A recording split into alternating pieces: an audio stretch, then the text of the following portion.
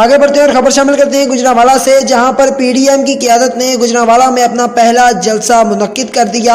اس بارے میں مزید جانتے ہیں رانا ناصر سے۔ جی رانا ناصر، تفصیلات سے آگاہ کیجیے۔ جی، پی ڈی ایم کی قیادت نے حکومت کے خلاف ملک بھر میں احتجاجی تحریک چلانے کا جو اعلان کیا، اس سلسلے میں پہلا جلسہ گجرانوالہ میں رکھا گیا ہے، اور اس سلسلے میں گزشتہ روز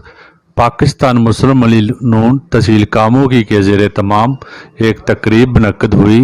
اور اس موقع پر خطاب کرتے ہوئے ایم این اے چودھری ذوالفقار علی بھنڈر، ایم پی اے چودھری اختر علی خان، محمد اسلام مغل، چودھری محمد سعید یوسف اور چودھری محمد شفاق سرویا نے خطاب کرتے ہوئے کہا کہ پی ڈی ایم کی قیادت نے گجرانوالہ میں پہلا جلسہ منعقد کرنے کا جو اعلان کیا ہے، وہ گجرانوالہ کے عوام پر ان کے اعتماد کا اظہار ہے،